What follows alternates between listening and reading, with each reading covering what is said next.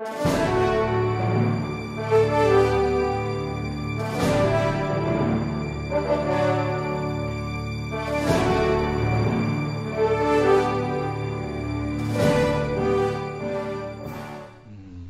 ba sa inyong notice of garnishment, kanino po ba ninyo iniwan ang notice of garnishment? Again, declining indulgence of this Honorable Court, Your Honor, we have objected to this question because the provision of law cited is levy under attachment.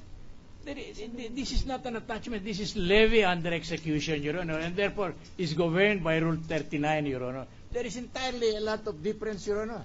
In attachment, it's preventive. In levy under execution. Let the prosecution answer that objection.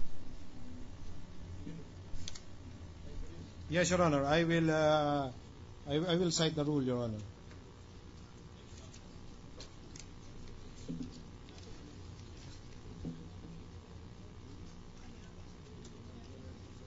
Hindi. Sandali, wala. Wala na. Oh, yung apel.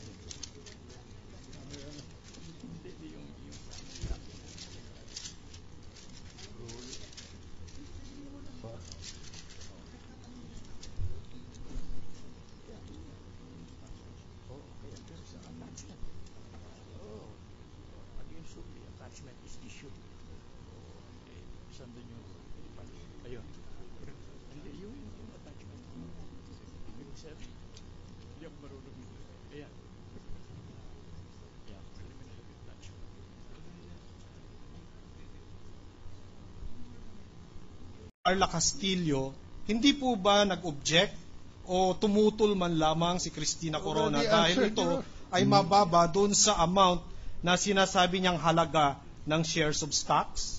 I believe that was just answered by the sheriff, Your Honor.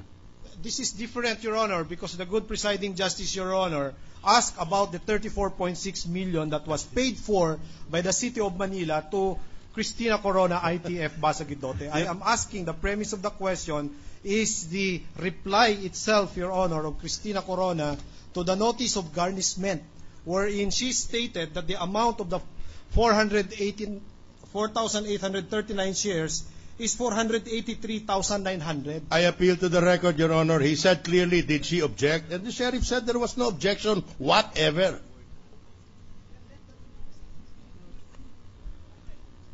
Is it the position of the counsel for the respondent that the trustee of the corporation did not object? That is right, Your Honor. That is what the witness testified. Yeah. Okay, Your Honor. That's what we would like to elicit, Your Honor. We would be willing to admit if he would like to state what else he needs admitted. Oh. Sheriff, hindi po ba sinabi sa inyo ni Cristina Corona na siya ay nakatanggap ng isang cheque noong 2001 or 2 taon bago nyo ibinenta ang property na ito na nagkakahalaga ng 34.7 million from the City of Manila? Wala po. Wala po siyang sinabi sa inyo. Wala po nabanggit na ganun.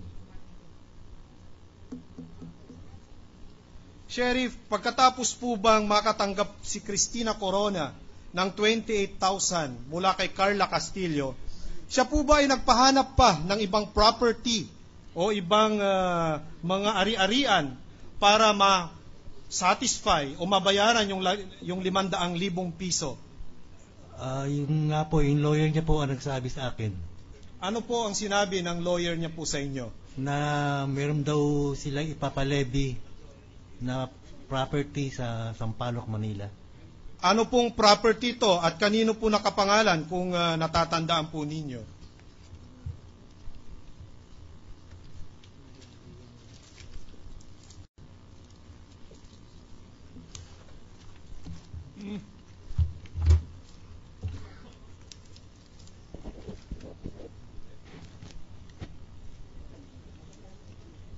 Ang property po ay nakapangalan kay Jose Maria Basa III. So mayroon pa ho kayong ginawa at ito ay ang paglevy ng isang property. Ito po ba ang transfer certificate of title number 194782 sa pangalan ni Jose Maria Basa III, Admitted, married to Your Honor. Raimunda Basa. We admit, Your Honor, that that was the property additionally pointed to for the satisfaction of the writ of execution. Pagkatapos niyo pong mailevy itong property na ito, Sheriff, ito po ba ibinenta rin ninyo ng public auction? Hindi po na auction po. Bakit po? Kung ano man ang kadahilanan? Dahil nga nung makakuha ako ng kopya ng certified true copy ng title, mayroon nung may affidavit po ng may affidavit po ng adverse claim. Pagkatapos po tinanong ko po doon sa lawyer nila na kung pwede malaman ko yung halaga nung lupa para malaman ko kung baka ma-overlevy ako. At yun din ang dahilan kung bakit di ako nakagawa ng return kagad. Dahil ko cash po dahil habang ginagawa ko po yung resibo nung Akas. may inabot ako si Carla Castillo kay Mrs. Corona po. So yung cash na 28,000 ibinigay sa inyo ni Carla Corona Castillo at itong 28,000 ay ibinigay mo kay Cristina Corona, yung nanay ni Carla Corona Castillo. Hindi po, hindi na ako idinaan sa akin. Silang dalawa na lang ako nag-usap. Magkatabi ho Silang dalawa na lang nag-usap. Magkatabi ho sila Bilang anak at saka nanay, sila na nag-usap. Hindi na po kayo sumali. At that time po, hindi ko man talaga honest. Pero parang usapang pamilya na lang. Hindi ko po alam yung relationship nila that time. Okay. At yan po ay may I direct this question now to Attorney Roy. Those 4,839 shares constituted 90% more or less of the corporation. To my understanding, Your Honor, yes, that is correct. And the sale took place when? 2003 auction sale? The auction sale, Your Honor, as for the records, will show September 30 of 2003. September 30 of 2003. 4,839 shares, which is almost 90% of the corporation. 97% of the 97. Sorry, sir. 97.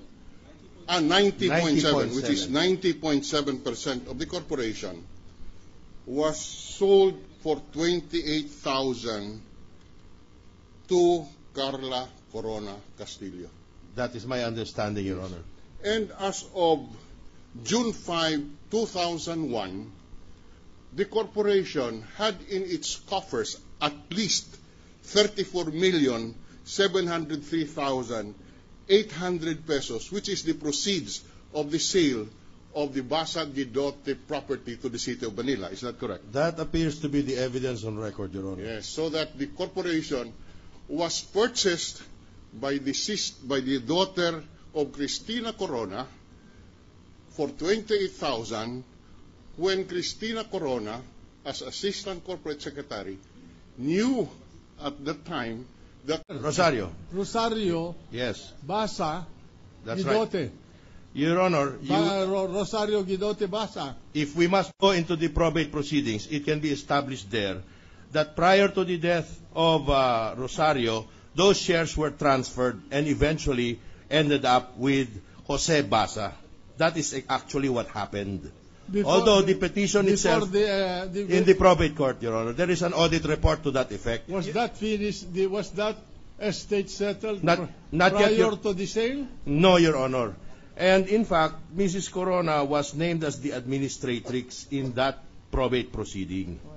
So there is an overlap of litigation. Anyway, Yes. Your Honor, You got can we comment on that, because that's very important and that is not true, Yes. Your Honor. As of now, until now, Your Honor, the settlement proceedings, the intestate, the testate proceeding is still pending, and it's still the claim of Cristina Corona as the special administratrix that the shares of stocks of Rosario Guidote Basa is still intact, Your Honor. In fact, we did not purposely went to the SEC cases because it will clutter the record. But in the two SEC cases involving the Basas, Your Honor, Cristina Corona is impugning the transfer of shares of stocks from Rosario Guidotti Basa to other shares, and eventually when it